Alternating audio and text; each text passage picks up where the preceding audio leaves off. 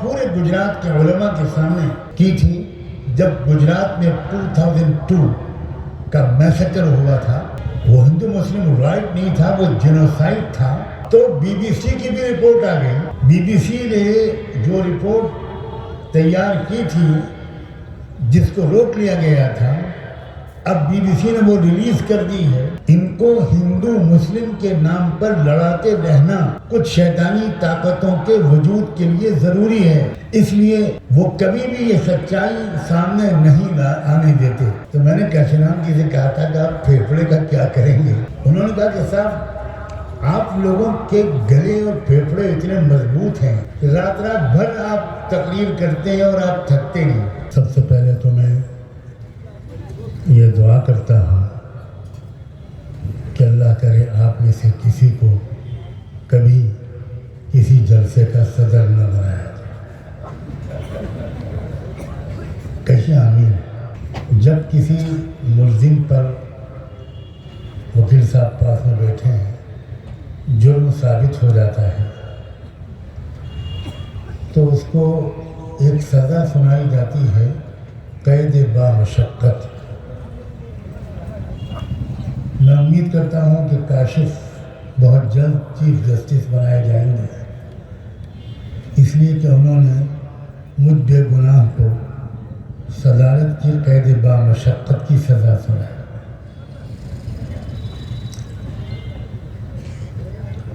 یہ بات تو میں نے ایک لائٹر موڈ میں کہی تاکہ آپ کا موڈ ٹھیک ہو جائے,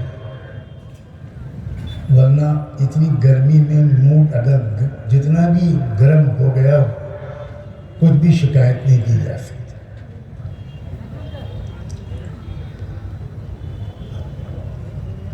شروع سے اب تک زیادہ تر ہمارے فاضل مقرر حضرات نے جو بھیانک صورتحال ہمارے اس ملک کو درپیش ہے اس کو بیان کیا ہے, اور وہ بہت ضروری بھی تھا تاکہ مسئلے کی جو گریوٹی ہے, جو سنجیدگی ہے, جو انتہائی ایمرجنسی توجہ کی طالب ہے, وہ لوگوں کے ذہنوں میں تازہ ہو جائے. اور کچھ حضرات نے بہت ہی اچھے انداز سے اس صورتحال کو بدلنے کے لیے کیا کرنا ہوگا, قربانیاں دینی ہوں گی, اس کو بھی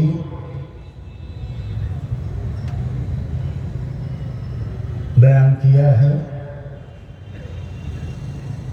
ایک دو لفظ بولے تھے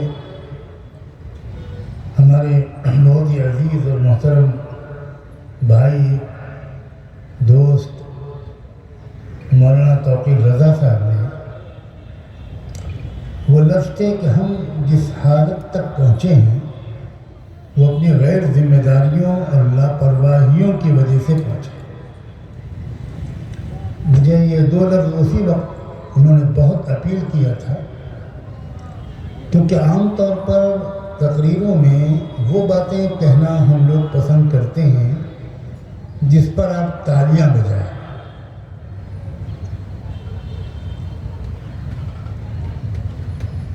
میں یہ خوشخبری سناتا ہوں کہ میں آپ کو ہاتھوں کو تالی بجانے کی مزید زحمت بالکل نہیں دوں گا. میں کچھ باتیں ایسی بھی کروں گا شاید جو کڑوی لگیں آپ کو. میں ان لاپرواہیوں اور غیر ذمہ داریوں کی کوئی تفصیل بتانا چاہوں گا. کوئی قوم اگر وہ سب کرتی ہو جو اسے کرنا چاہیے, اس میں ڈسپلن ہو, اس میں بھائی چارہ اور اتحاد ہو, اس میں سمجھداری ہو, وہ اپنے ایک ایک پیسے کو صحیح طور پر خرچ کرنے کا سلیقہ رکھتی ہو، وہ اپنا وقت صحیح استعمال کرتی ہو، کسی قوم کے ہیومن ریسورسز اور فائنینشیل ریسورسز کسی ایک گول کے لیے استعمال ہوتے ہوں، کسی مقصد، کسی اجتماعی مقصد جس سے قوم کو بھی فائدہ ہو، ملک کو بھی فائدہ ہو، ملک میں انصاف آئے، ملک میں امن پھیلے، ملک میں رہنے والے ایک دوسرے پر بھروسہ کرنے لگیں۔ کوئی قوم اگر اس طرح اپنے وقت کو، اپنی صلاحیت کو، اپنے ہنر کو، اپنے جذبات کو اس رخ پر استعمال کرتی ہو تو کوئی RSS اس قوم کو ذلیل نہیں کر سکتے۔ کوئی تنظیم، کوئی سنگھن، کوئی حکومت، کوئی پرائم منسٹر، کوئی فوج، کوئی طاقت اس قوم کو ذلیل نہیں کر سکتی جس قوم نے اپنی صلاحیتوں اور وقت کو صحیح استعمال کیا۔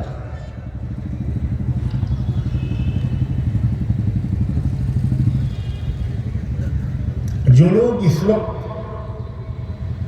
ظلم کر رہے ہیں اور ظلم کی پوزیشن میں پہنچ گئے ہیں اور مضبوط سے مضبوط تر ہوتے جا رہے ہیں، ان کو ہم چاہیں جتنا برا بھلا کہہ لیں، یہ ماننا پڑے گا کہ انہوں نے پچھلے کم سے کم 100 سال میں ایک زبردست محنت کی ہے، منظم طور پر محنت کی ہے، آرگنائز طور پر محنت کی ہے۔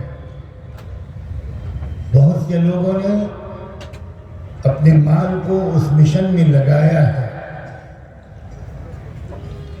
کھانے بہت سادہ کھائے ہیں، کپڑے بہت سادہ پہنے ہیں اور انتھک محنت کی ہے،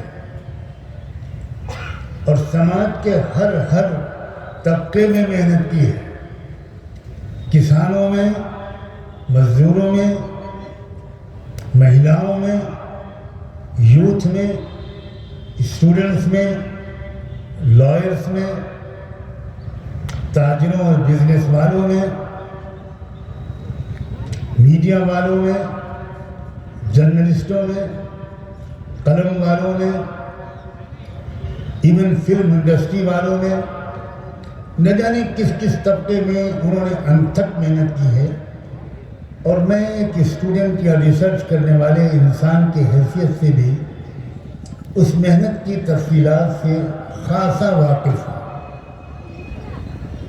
اچھی طرح میں نے پڑھا ہے، بہت ڈاکومنٹس کھنگالے ہیں، جس کی وجہ سے میں ایمانداری سے یہ مانتا ہوں کہ محنت انہوں نے کی ہے، ہم نے تمنائیں کی ہیں، ہم نے دعائیں کی ہیں اور ہم نے تقریریں کی ہیں۔ تقریریں تو ہم سے اچھی مجھے نہیں لگتا کہ دنیا کا کوئی اور سماج کر پاتا ہے۔ یہ بہوجن ادھیکار ریلی ہے، مجھے یاد آ رہا ہے، بہت عرصے پہلے کی بات ہے، کاشی رام جی کے ساتھ میری ایک بہت لمبی میٹنگ ہوئی تھی، تقریباً 6 گھنٹے۔ تو کاشی رام جی نے مجھ سے درمیان میں لنچ بریک کے درمیان کاشی رام جی نے مجھ سے کہا تھا کہ مولانا صاحب مجھے کوئی ایک بہت مضبوط پھیپھڑا ذرا دلوا دیجیے، پھیپھڑا ایک لنگ دلوا دیجیے۔ تو میں نے کاشی رام جی سے کہا تھا کہ آپ پھیپھڑے کا کیا کریں گے؟ انہوں نے کہا کہ صاحب آپ لوگوں کے گلے اور پھیپھڑے اتنے مضبوط ہیں کہ رات بھر آپ تقریر کرتے ہیں اور آپ تھکتے نہیں۔ اور ہم آدھے پون گھنٹے میں ہماری سانس پھول جاتی ہے. میں نے کہا ہمارے رات بھر کے جلسوں کا کوئی فائدہ دیکھا ہے؟ کہنے کہ میں یہی سننا چاہتا تھا آپ سے. ہم آدھے گھنٹے کا بھی اگر کوئی ایک درخت کے نیچے بیٹھ کر کوئی بات کرتے ہیں گاؤں والوں سے تو وہاں سے سنگٹھن بنائے بغیر نہیں اٹھتے اور ان کو ایک ٹارگٹ دے دیتے ہیں. ان کو بتا دیتے ہیں کہ ہم 6 مہینے کے بعد سمیکشا کے لیے آئیں گے, جائزہ لینے آئیں گے یا کسی کو بھیجیں گے, اس وقت تک آپ کو اتنا کام کرنا ہے. میں پہلی بات, بلکہ شاید یہی پہلی اور آخری ہو, یہی کہنا چاہتا ہوں. سینکڑوں جلسے, ہزاروں جلسے ہو چکے اور ایک ہی طرح کی بات ان میں ریپیٹ کی جاتی ہے. لیکن میں مایوس کرنے کے لیے نہیں, نوجوانوں کو یہ پیغام دینے کے لیے کر رہا ہوں کہ جلسہ کرنے سے کام نہیں چلے گا. ایک پلاننگ کے بعد اب جلسے شروع ہونے چاہیے. پہلے ایک پلاننگ ہو کہ بھائی کیا کام کرنا ہے کہ واقعی صحیح نیت اور ارادے کے ساتھ بھارت کے ماحول کو بہتر بنایا جائے. کس طرح ہم سب مل جل کر, وہ چاہے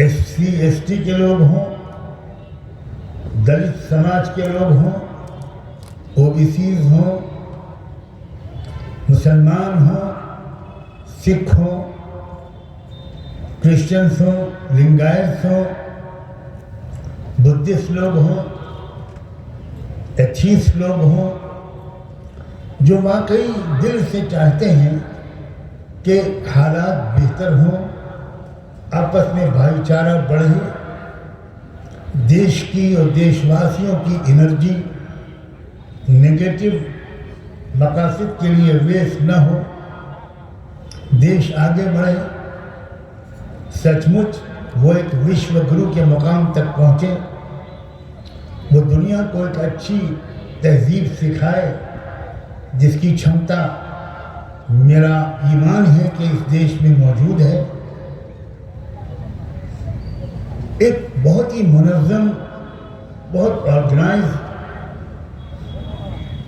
پلان بننے کی سخت ضرورت ہے.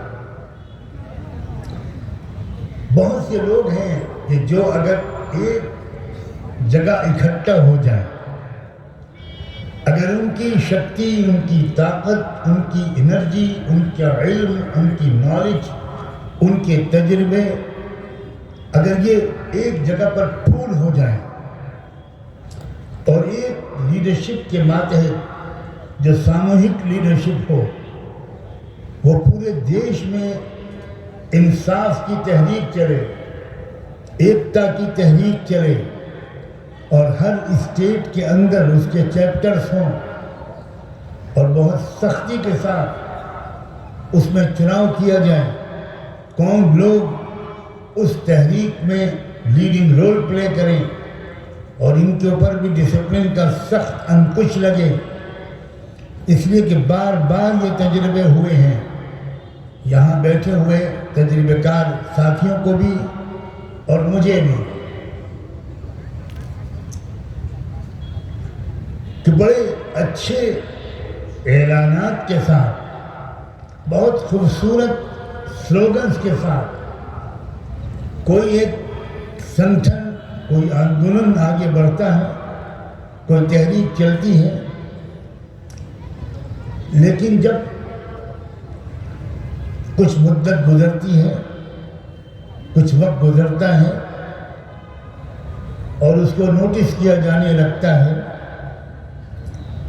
تو پھر اس کے دام لگائے جاتے ہیں,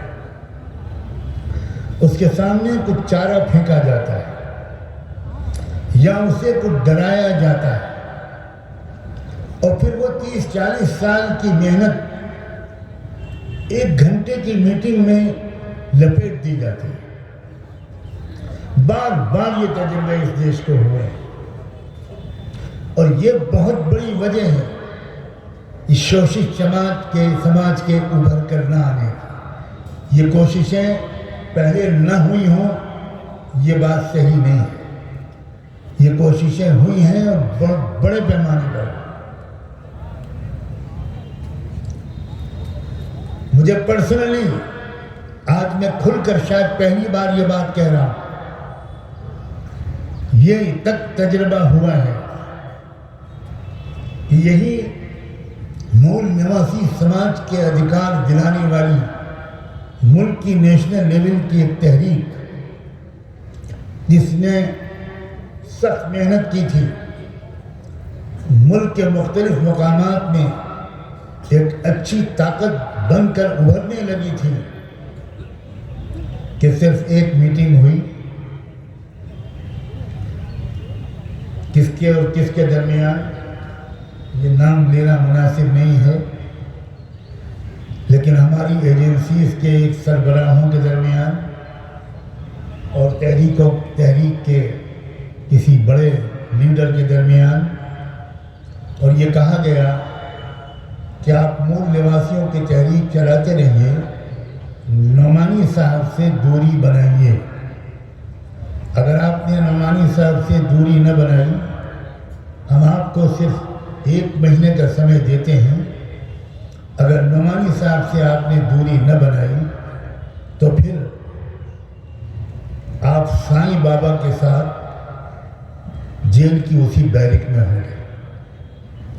آدیواسی رہنما، لیفٹسٹ لیڈر، بہت بڑے تھنکر اور آتھر پروفیسر سائیں بابا، جو بہت ہینڈیکیپڈ ہیں، چل پھر نہیں سکتے، اپنے ہاتھ سے کھانا نہیں کھا سکتے، وہ بھی 10 سال سے جہاں تک میری جانکاری ہے وہ جیل میں ہیں اور انڈا سیل میں رکھے گئے ہیں، جہاں انسان جیتے جی مر جانے کی دعا ہی کرتا ہے۔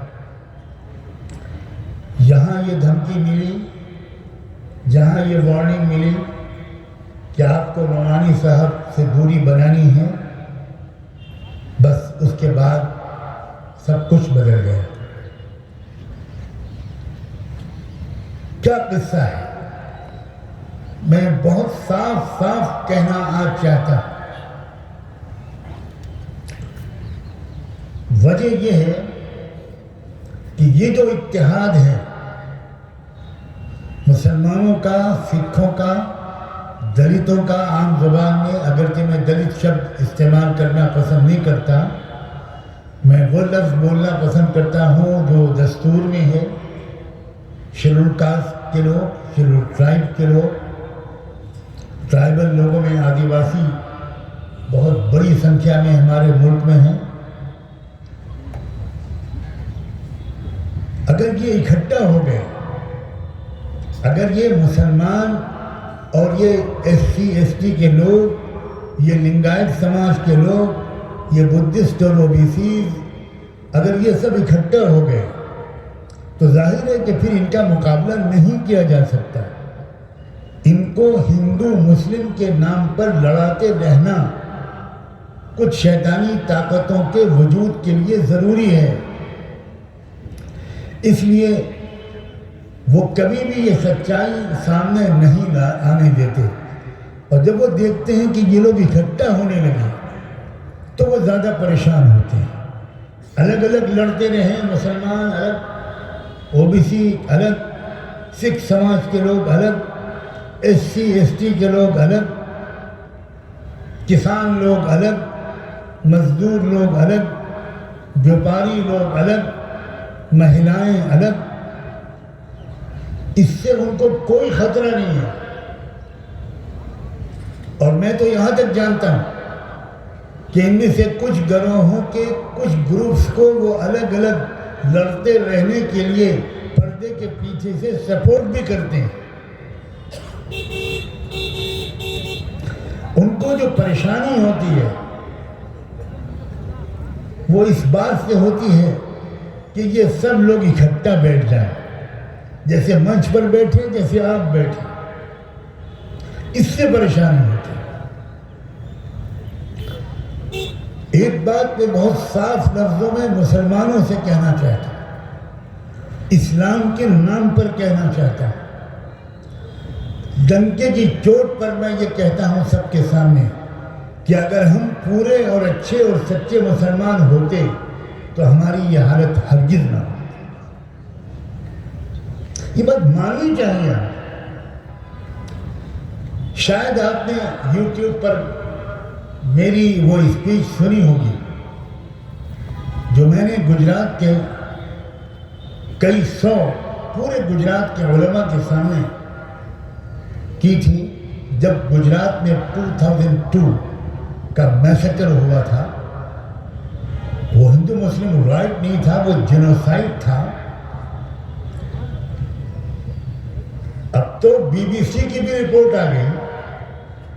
بی بی سی نے جو رپورٹ تیار کی تھی جس کو روک لیا گیا تھا، اب بی بی سی نے وہ ریلیز کر دی ہے، مگر انڈین میڈیا کو بین کر دیا گیا ہے کہ آپ بی بی سی کے رپورٹ نہیں دکھا سکتے۔ بی بی سی کی اس رپورٹ میں خدا کرے کہ آپ سوشل میڈیا پر اس رپورٹ کے کچھ حصے کو جو آ گئی ہے وہ آپ پڑھیں۔ اس میں برٹش فارن منسٹر جو اس وقت اسٹرا فارن منسٹر تھا، اس نے جو اسٹیٹمنٹ آن ریکارڈ دیا ہے، جو اس آفیشیل رپورٹ کا حصہ ہے، وہ بہت خطرناک ہے۔ اس برٹش فارن منسٹر نے صاف گجرات ایک لیڈر کا نام لیا تھا کہ اس لیڈر نے گجرات میں میسیکر کروایا ہے، اور وہ 2 ایماندار پولیس آفیسرز جو ڈائریکٹر جنرل پولیس تھے گجرات کے، انٹیلیجنس کے ڈپارٹمنٹ کے، شری کمار، آج وہ جیل میں ہیں اس لیے کہ انہوں نے ایک کتاب لکھی ہے اور اس کتاب میں وہ سارے راز فاش کیے ہیں کہ گجرات میں 2002 کا قتل عام کیسے اور کیوں ہوا تھا اور کس نے کروایا تھا۔ اور IPS officer mister Sanjiv Bhatt وہ بھی جیل میں ہیں۔ انہوں نے پورا بیان دیا تھا، حلف نامہ دیا تھا، اور وہ اس میٹنگ میں شریک تھے جس میٹنگ میں گجرات کے اس وقت کی حکومت میں بیٹھے ہوئے اعلیٰ عہدیداران نے پولیس کو کچھ آرڈر دیے تھے۔ تو being a senior police officer Sanjiv Bhatt اس وقت جیل میں تھے، اس وقت اس میٹنگ میں تھے، اور چونکہ انہوں نے اس میٹنگ کا کچا چٹھا اپنے ضمیر کی گواہی کی وجہ سے جان کو خطرے میں ڈال کر کورٹ آف لا میں حلف نامے کی شکل میں پیش کر دیا، وہ آج بھی جیل میں ہے۔ میں سلام کرتا ہوں ان نان مسلم سچ بولنے والے لوگوں کو، ان سچی گواہی دینے والے لوگوں کو، ان دیش کی ترقی دل سے چاہنے والے لوگوں کو۔ یہ وہ لوگ ہیں کہ جو مسلمان نہیں ہیں لیکن ایماندار ہیں، وفادار ہیں، بہادر ہیں، اور ایسے نان مسلم لوگوں کی اس دیش میں کوئی کمی نہیں ہے۔ کروڑوں کی تعداد میں ہے، کروڑوں کی تعداد میں ہے۔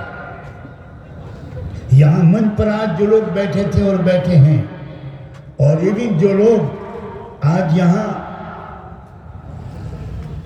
اس کو کور کرنے آئے ہیں، میں تو بہت دیر سے یہ اپنے دوست شمبھو سنگھ کو دیکھ رہا ہوں، گھنٹوں سے یہ کھڑے ہیں، بار بار اشارہ کرتا ہوں کہ بھائی بیٹھ جاؤ، تھک گئے ہوگے، مگر کوئی انرجی ہے ان کے اندر۔ جو ان کے چینل نیشنل دستک کو دیکھتا ہے وہ جانتا ہے کہ کوئی ارجا ہے، کوئی آگ لگی ہوئی ہے سینے میں۔ پرابلم یہ ہے ایسے لوگ دیش میں بہت بڑی تعداد میں ہیں، لیکن ابھی تک ان کو ایک طاقت میں، ایک لڑی میں پرو دینے والی کوئی لیڈرشپ سامنے نہیں آ سکی۔ میں کافی بیمار حالت میں یہاں جو آیا ہوں ایک امید لے کر آیا ہوں، کیونکہ میں اب میری زیادہ امیدیں نوجوانوں سے وابستہ ہیں۔ محبت مجھے ان جوانوں سے ہے ستاروں پہ ڈالتے ہیں جو کمند۔ جب کاشف نے مجھ سے بات کی، بار بار اس کے مقصد کو سمجھایا، تو میں کچھ عرصے سے چونکہ ان کو جانتا ہوں تو میرا احساس یہ بنا کہ یہ وہ ینگ ٹیم ہے جس کی مجھے بہت زمانے سے تلاش تھی۔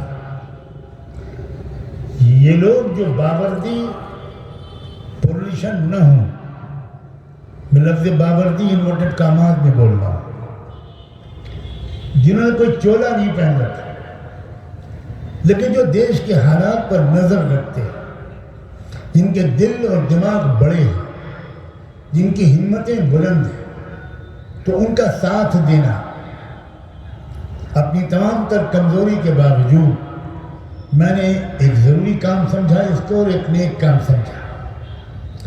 میں چاہتا ہوں کہ ایک نئی ٹیم تشکیل پائے۔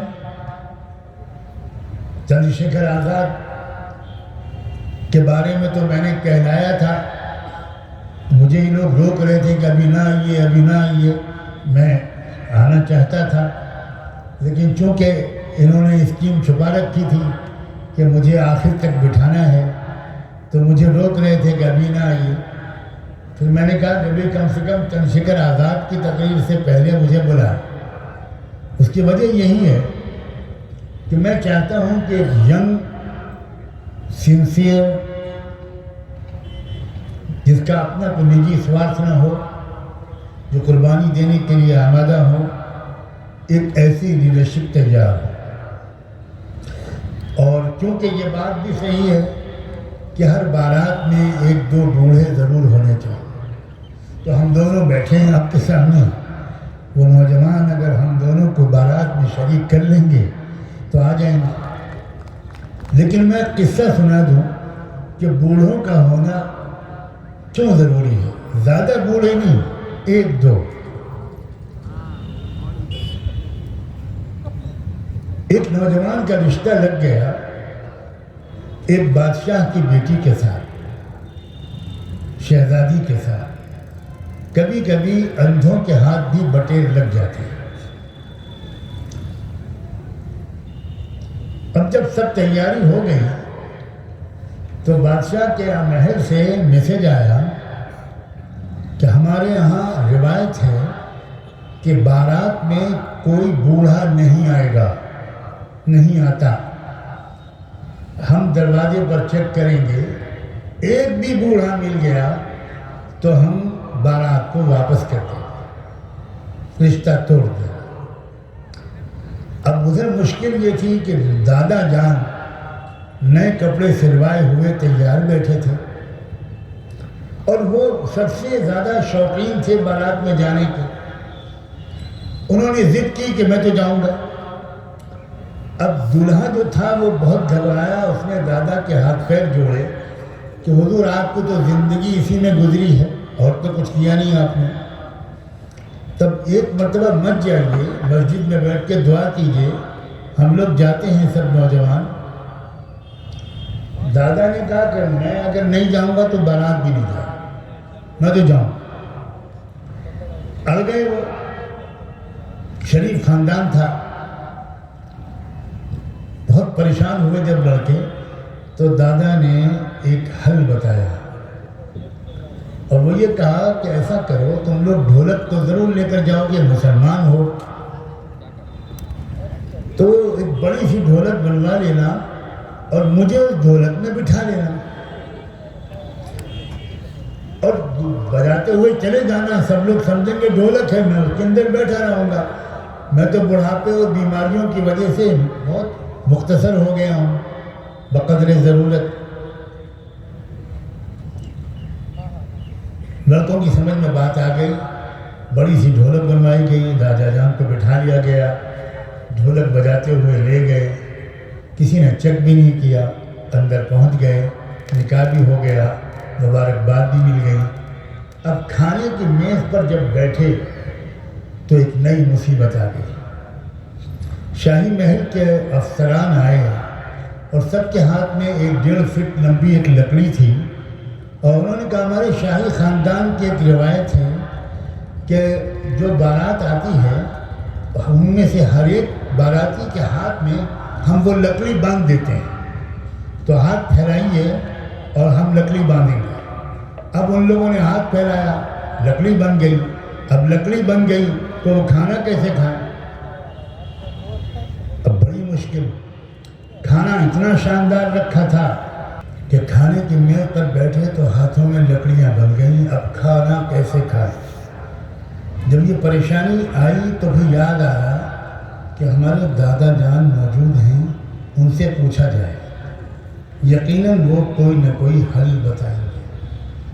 تو وہ ڈھولک کے پاس گئے اور چپکے سے کہا کہ دادا جان مصیبت میں پھنس گئے ہم لوگ, ہمارے ہاتھوں میں لکڑیاں بن گئیں, اب کھانا کیسے کھائیں؟ تو دادا جان نے کہا کہ تم میں سے ہر ایک اپنے سامنے والے کو کھانا کھلانا شروع کرو.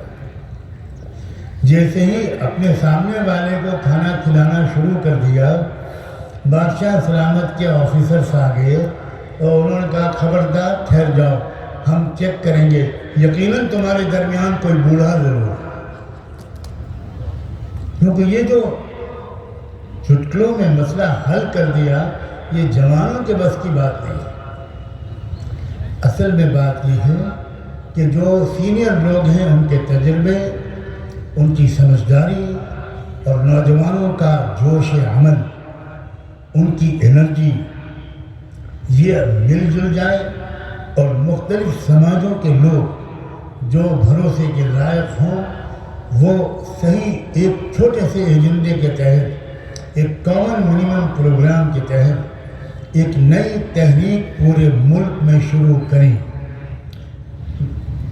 تو ایک مدت تو لگے گی, وقت تو لگے گا, تکلیف تو شاید تھوڑی بہت اٹھانی پڑے, محنت کرنی پڑے گی, لیکن تب وہ نتیجے آئیں گے جن کی تمنا ہم سب بولنے اور سننے والے ہمیشہ اپنے دل میں رکھ کر ایسے جلسوں میں آتے ہیں. ظاہر ہے کہ صرف تقریروں سے کام نہیں چلے گا, کسی کو برا بھلا کہنے سے بھی کام نہیں چلے گا. خدا کے یہاں بالکل سائنٹیفک نظام کے تحت یہ دنیا چلائی جاتی ہے.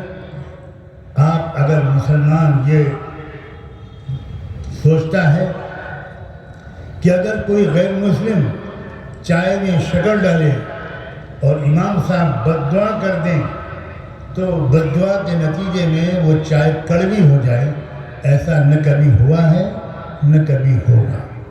لیس للانسان الا ما سعی, انسان کو اس دنیا میں جو کچھ بھی ملتا ہے وہ اس کی محنت اور کوشش کے نتیجے میں ملتا ہے. بس میں اسی پر اپنی بات کو مکمل کروں گا. عصر کی اذان بھی ہو گئی. مبارکباد دیتا ہوں کاشف کو اور ان کی پوری ٹیم کو, یہاں کے تمام نوجوانوں کو جنہوں نے ساتھ دیا, جنہوں نے سخت اور انتھک محنت کر کے اتنی شاندار یہ محفل منعقد کی. خدا سے دعا ہے کہ ہم سب اپنے اپنے اچھے مقاصد میں کامیاب ہوں. بہت بہت شکریہ. ملت ٹائمز کو آپ کی ضرورت ہے, ہماری آپ مالی مدد کریں.